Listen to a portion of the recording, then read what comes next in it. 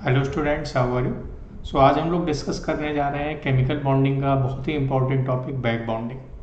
Back bonding क्या होता है, बैक बॉन्डिंग किस तरीके के कंपाउंड्स में होता है और बैक बॉन्डिंग के क्या इफेक्ट होते हैं, वो सभी हम चीज़ें आज हम लोग डिस्कस करेंगे। तो पहले यहाँ पर डेफिनेशन लिख दी गई है कि transfer of lone pair of electron between two adjacent atom in a molecule known as back bonding.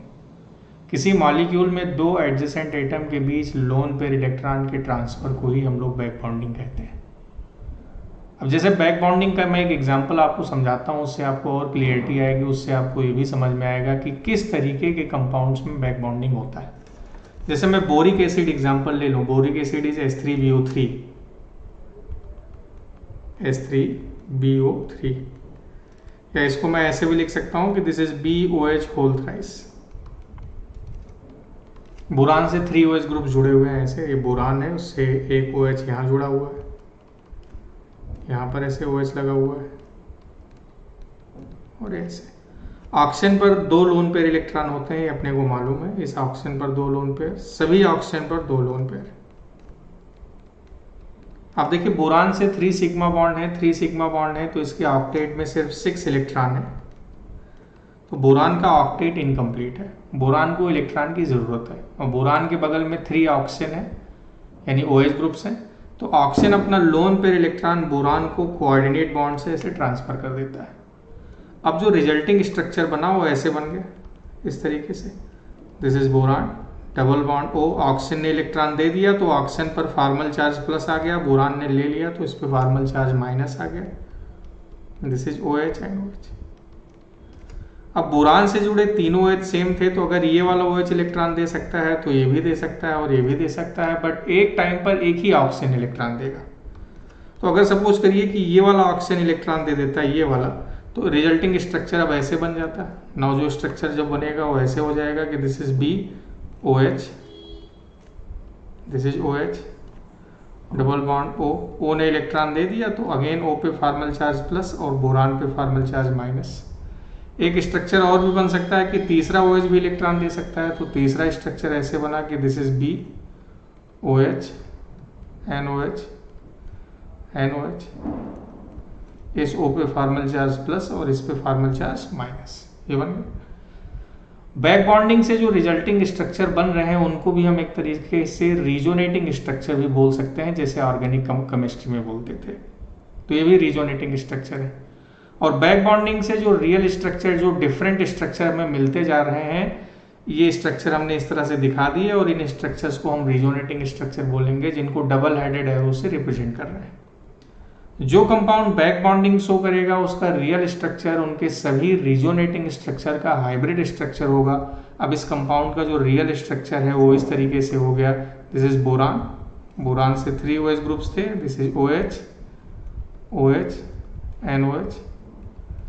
अब हर बोरान और ऑक्सीजन के बीच डबल बॉन्ड कैरेक्टर आ रहा है, पार्शियल डबल बॉन्ड, ऐसे देखिए,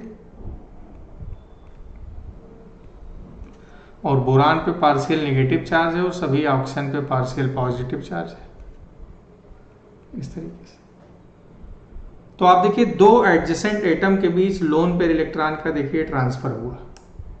और बैक बॉन्डिंग तभी होगा जब दोनों एडजेसेंट एटम में किसी का ऑक्टेट इनकम्प्लीट हो या किसी एक में वैकेंट डी ऑर्बिटल मौजूद हो। आप देखिए इस बैक बॉन्डिंग के कारण हर बोरान और ऑक्सीजन के बीच पार्शियल डबल बॉन्ड कैरेक्टर आ गया, यानी बॉन्ड थोड़ा सा और स्ट्रांग हो गया। पहले सिंगल बॉन्ड ही था, अब डबल बॉन्ड आ गया तो बॉन्ड और स्ट्रांग हो गया। अब जैसे मैं एक मॉलिक्यूल ऐसे ले लूं कि this is BOH whole 4 minus, this is BOH whole 4 minus, तो इस कंपाउंड का जो स्ट्रक्चर है वो ऐसे है कि बोरान से 4 OH ग्रुप जुड़े हुए हैं, this is OH, this is OH, और बोरान पे चार्ज माइनस आ गया। अब O पर दो लोन पे, सभी O पर दो लोन पे, अब पर लेकिन बोरान से आप देखिए अब 4 बॉन्ड्स हैं, तो 4 बॉन्ड में 8 इलेक्ट्रॉन्स हैं, तो अब ऑक्सीजन अपना लोन पेयर बोरान को नहीं दे सकता है, क्योंकि बोरान का ऑक्टेट कंप्लीट है, तो अब यहाँ बैक बॉन्डिंग नहीं होगी। तो अब आपको समझ में आ गया कि बैक बॉन्डिंग कब करना है, बैक बॉन्डिंग कब नहीं करना है। अब आपसे बोला जाएगा कि जो बोरान ऑक्सीजन बॉन्ड है, this is boron oxygen bond in BOH whole thrice is stronger than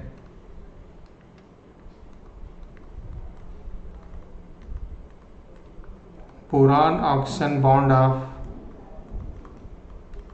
BOH whole 4 minus। तो आप उसका रीजन बता देंगे। आप बताएंगे कि BOH होल थ्राइस में बैक बॉन्डिंग हुई, बैक बॉन्डिंग से यहाँ आप देखिए हर बोरान और ऑक्सीजन के बीच डबल बॉन्ड कैरेक्टर आ गया, जबकि यहाँ बैक बॉन्डिंग नहीं हुआ तो हर boron oxygen complete single bond है। डबल बॉन्ड और सिंगल बॉन्ड में डबल बॉन्ड की स्ट्रेंथ ज़्यादा होगी, तो बॉन्ड जब बॉन्ड स्ट्रेंथ ज़्यादा हो गई तो बॉन्ड की साइज छोटी हो गई, बॉन्ड और स्ट्रांग हो गया, बॉन्ड लेंथ छोटा हो गया। तो इस तरह से बैक बॉन्डिंग हो जाती है। जैसे मैं एक दूसरा कंपाउंड दूं, बैक बॉन्डिंग की वजह से कंपाउंड का हाइब्रिडाइजेशन भी चेंज हो जाता है और कंपाउंड का शेप भी बदल जाता है। जैसे आपसे पूछा जाएगा सवाल कि NCH3 whole thrice is pyramidal,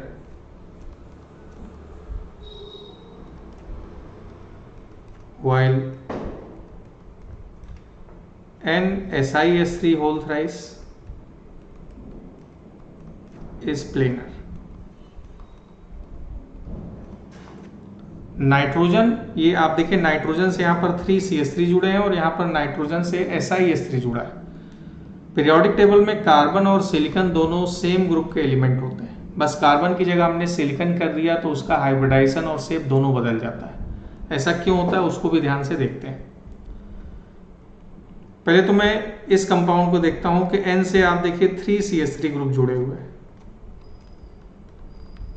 यहां पर ऐसे N पर 3CH3 ग्रुप्स और N पर एक लोन पेयर इलेक्ट्रॉन, और दूसरे में N से N पर एक लोन पेयर, उस पर कार्बन CH3 की जगह SiH3 जुड़ा हुआ है इस तरीके से, और SiH3, this is SiH3 and this is SiH3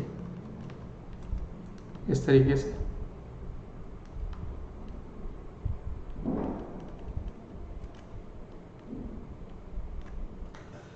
अब आप देखिए कि दोनों में, एक में नाइट्रोजन से कार्बन जुड़ा है और एक में नाइट्रोजन से सिलिकॉन जुड़ा हुआ है।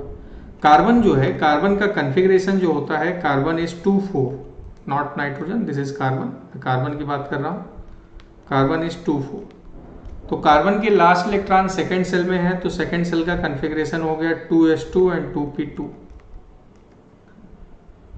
आपको लग रहा होगा p ऑर्बिटल खाली है, पर ये तो कार्बन एटॉमिक फॉर्म में है, बट यहाँ कार्बन मॉलिक्यूलर फॉर्म में है। तो कार्बन से 4 हाइड्रोजन जुड़े हैं, तो 4 हाइड्रोजन यानी कार्बन से 4 सिग्मा बॉन्ड है, 4 सिग्मा बॉन्ड, तो उसके ऑक्टेट में 8 इलेक्ट्रॉन हो गए। तो ये p भी पूरा भर जाता है, क्योंकि कार्बन ने यहाँ पर 3 हाइड्रोजन और एक नाइट्रोजन से बॉन्ड बनाया, 4 बॉन्ड में 8 इलेक्ट्रॉन हो गए। अब कार्बन पूरी तरह से फिल्ड हो गया। पर इस केस में नाइट्रोजन से सिलिकॉन जुड़ा है, सिलिकॉन का कॉन्फ़िगरेशन जो होता है, दिस इज 284, लास्ट इलेक्ट्रॉन इसके थर्ड सेल में। Now this is 3s2, this is 3p2 and 3d0।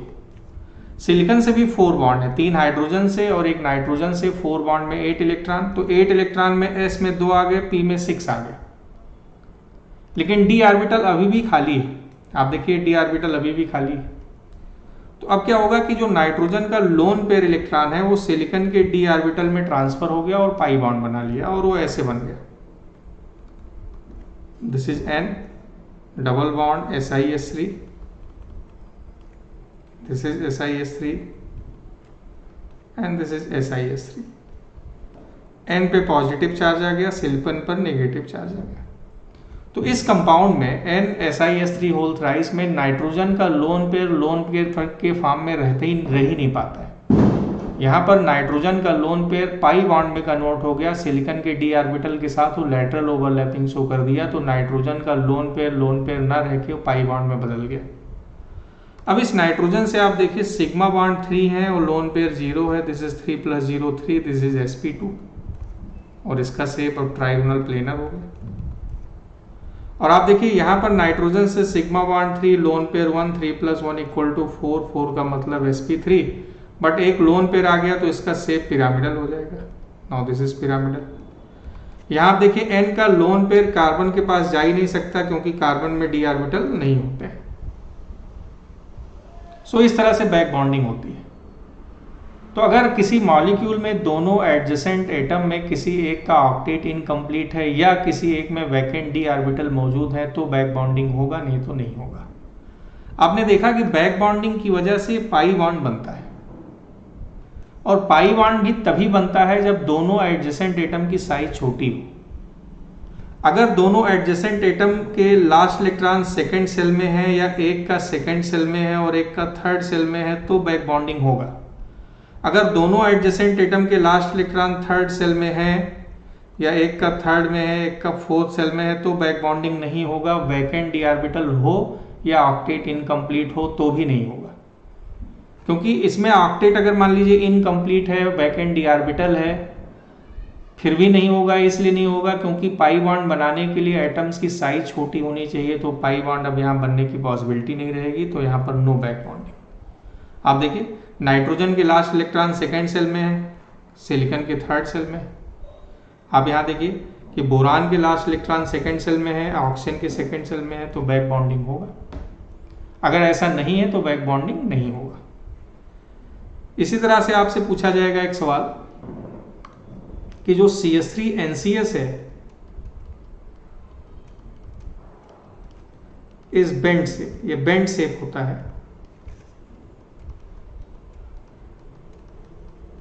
while SiS3NCS is linear, ये लीनियर होता है। आपसे बोला जाए ऐसा क्यों होता है, उसको एक्सप्लेन करें। तो दिस इज CH3NCS, N पर लोन पे, और ये SiS3NCS।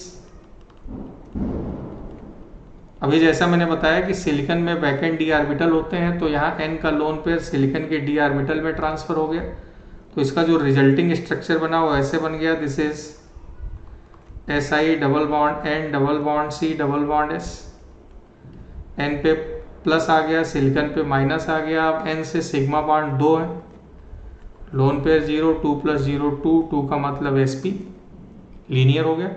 N का इलेक्ट्रॉन कार्बन के पास जा नहीं सकता क्योंकि ना कार्बन में डी ऑर्बिटल होते हैं, ना यहाँ इसका ऑक्टेट इनकम्प्लीट है। कार्बन से आप देखिए 4 बॉन्ड में 8 इलेक्ट्रॉन, ऑक्टेट कंप्लीट है। अब N से देखिए sigma bond 2, lone pair 1, 2 + 1 = 3 sp2, but एक लोन पेयर आ गया तो इसका शेप बेंड शेप हो गया। Now this is bend. तो आपने देखा कि कैसे बैक बॉन्डिंग की वजह से कंपाउंड का हाइब्रिडाइजेशन चेंज हो गया। बैक बॉन्डिंग की वजह से कभी कभी कंपाउंड के बॉन्ड एंगल में भी डिफरेंस आने लगता है। बॉन्ड एंगल जो हम एक्सपेक्ट करते हैं उससे डिफरेंट होता है। जैसे अगर आपसे ये बोला जाए कि compare bond angle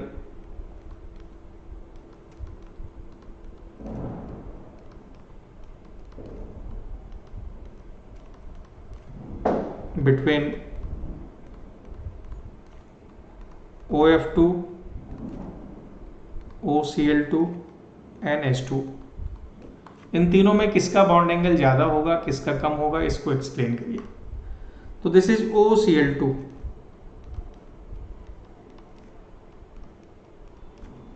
this is OF2 and this is H2। अब हमें बताना है कि इन तीनों में किसका बॉन्ड एंगल ज्यादा होगा, किसका बॉन्ड एंगल कम होगा। अगर मैं Cl का कॉन्फ़िगरेशन लिखूं तो Cl का कॉन्फ़िगरेशन होता है 287, Cl के लास्ट इलेक्ट्रॉन थर्ड सेल में है। So now this is 3s2, this is 3p5 and 3d0। Cl के पास d ऑर्बिटल है जो पूरी तरह से वैकेंट है, तो O का जो लोन पेयर इलेक्ट्रॉन है वो Cl के d ऑर्बिटल में ट्रांसफर हो गया, तो हमें जो रिजल्टिंग स्ट्रक्चर मिल गया वो ऐसे मिल गया। This is O double bond Cl, Cl पे माइनस, O पे plus, this is Cl, O पर अभी भी एक लोन पेयर है। F का कॉन्फ़िगरेशन 27 होता है, F में d ऑर्बिटल नहीं होते। Now this is 2s2, this is 2p5, तो O का इलेक्ट्रॉन F के पास जा ही नहीं सकता क्योंकि F के पास वैकेंट ऑर्बिटल नहीं है, यहाँ बैक बॉन्डिंग पॉसिबल नहीं है, और H में भी बैक बॉन्डिंग नहीं होगा। तो यहाँ पर अब क्या हुआ कि डबल बॉन्ड और सिंगल बॉन्ड के बीच रिपल्सन होने लगा। जैसे lone pair repulsion is greater than lone pair bond pair than bond pair, उसी तरह से double bond repulsion is greater than double bond single bond, and this is greater than single bond. अब इन दोनों में सिंगल बॉन्ड रिपल्सन है, और इन दो इसमें भी सिंगल बॉन्ड रिपल्सन है, इस तरीके से। अब double bond single bond repulsion हमेशा ज्यादा होगा। अब OF2 में O और F में ज्यादा इलेक्ट्रोनेगेटिव F होता है, तो इसमें सारे इलेक्ट्रॉन F की तरफ आ गए और इसमें सारे इलेक्ट्रॉन H की तरफ O की तरफ आ गए, ऐसे इस तरीके से। अब इलेक्ट्रॉन रिपल्सन भी इसमें देखिए, इस कंपाउंड में सारे इलेक्ट्रॉन सेंट्रल एटम की तरफ आ गए, तो इसमें इलेक्ट्रॉन रिपल्सन ज्यादा होगा। Now this is more repulsion. अब रिपल्सन ज्यादा है इसलिए वाटर का बॉन्ड एंगल ज्यादा होगा। लेकिन अगर ओवरऑल बॉन्ड एंगल की हम बात करें तो इसमें double bond single bond repulsion ज्यादा होगा। तो जो Cl2O है इसका बॉन्ड एंगल H2O से ज्यादा, और सबसे कम जो बॉन्ड एंगल होगा वो F2O का हो जाएगा। So this is how we can compare variation on bond angle among these three molecules. Similarly अगर आपसे बोला जाए कि compare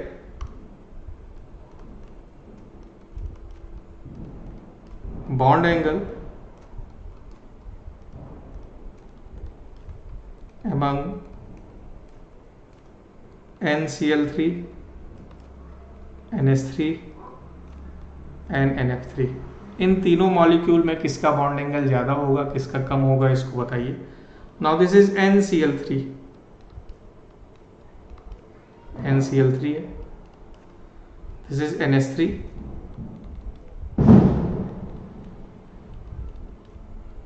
and this is NF3। जैसा कि हमने पहले भी अभी पढ़ा था कि H और F में वैकेंट d ऑर्बिटल नहीं होते, तो ना इसमें बैक बॉन्डिंग पॉसिबल है ना इसमें बैक बॉन्डिंग पॉसिबल है। इन दोनों कंपाउंड में बैक बॉन्डिंग की कोई संभावना नहीं है। बट यहाँ N का लोन पेयर Cl के d ऑर्बिटल में ट्रांसफर हो जाएगा, तो बैक बॉन्डिंग हो जाएगा। बैक बॉन्डिंग से जो रिलेटिंग स्ट्रक्चर मिलेगा resulting, this is double bond Cl पे माइनस, N पे plus, this is Cl and Cl।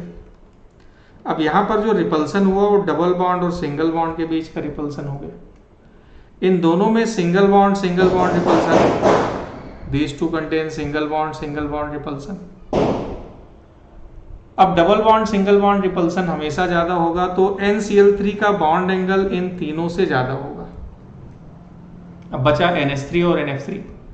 तो NH3 और NF3 में बॉन्ड एंगल का वेरिएशन इलेक्ट्रोनेगेटिविटी आप सेंट्रल एटम से डिसाइड कर लेंगे।